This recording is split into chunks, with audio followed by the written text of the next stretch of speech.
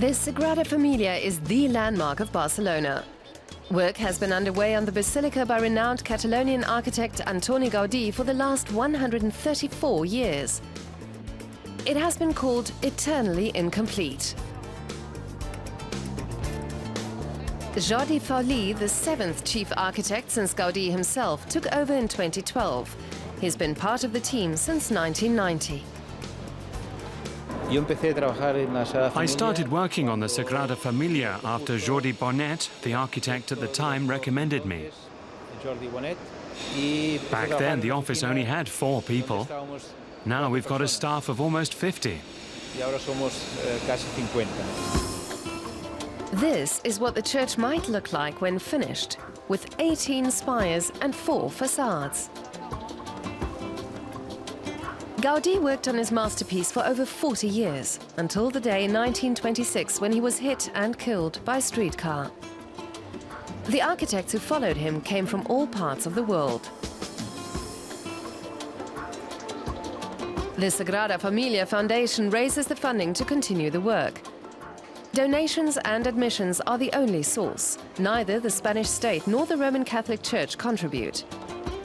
It costs about 25 million euros a year to continue the construction.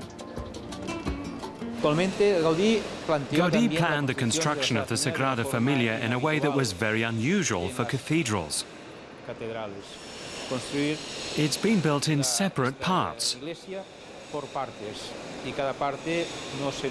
He didn't begin with the central nave, but had his builders construct the nativity facade first, to set an example for the future. Gaudí was an intuitive architect. His ideas often came to him spontaneously at work, but his design was no less sophisticated. The church is 90 meters long, punctuated by columns 7.5 meters apart. The Sagrada Familia's dimensions are comparable to Mallorca's Palma Cathedral or the Cologne Cathedral, at least in terms of the floor plan. But at 172 meters, the bell tower will be the highest spire. That will make the Sagrada Familia the tallest church building on Earth. But Gaudí's own construction plans burned up in a fire. He worked with plaster models, but most of them were destroyed in the 1930s during the Spanish Civil War. 3D models and computer animations have helped to close some of the gaps in Gaudí's master plan. Our objective is to complete the project while staying as true as possible to Gaudí's ideas. Our primary resource has been a detailed study of what little information he left behind. We have to make his vision reality. The vision behind the Sagrada Familia has been dogged by controversy from the start. In the 1950s, Bauhaus architects Walter Gropius and Le Corbusier signed a petition calling for work to be stopped. In 2008, Spanish artists and architects made the same demand. But aside from a few neighbors worried that they'll be evicted, few protest against it today. The building is so well known that a broad diversity of opinions is only to be expected.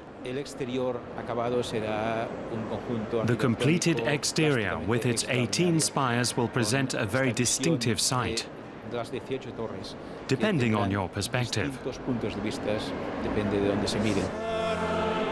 The daily Mass has been important in winning popular acceptance. Holy Communion has been held here since 2010, when Pope Benedict XVI consecrated it as a basilica.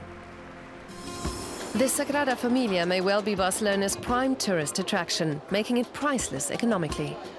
Over 3 million visitors come to see it each year.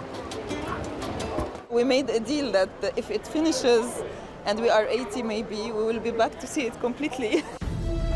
Now the builders are aiming for completion in 2026, 100 years after Gaudí's death.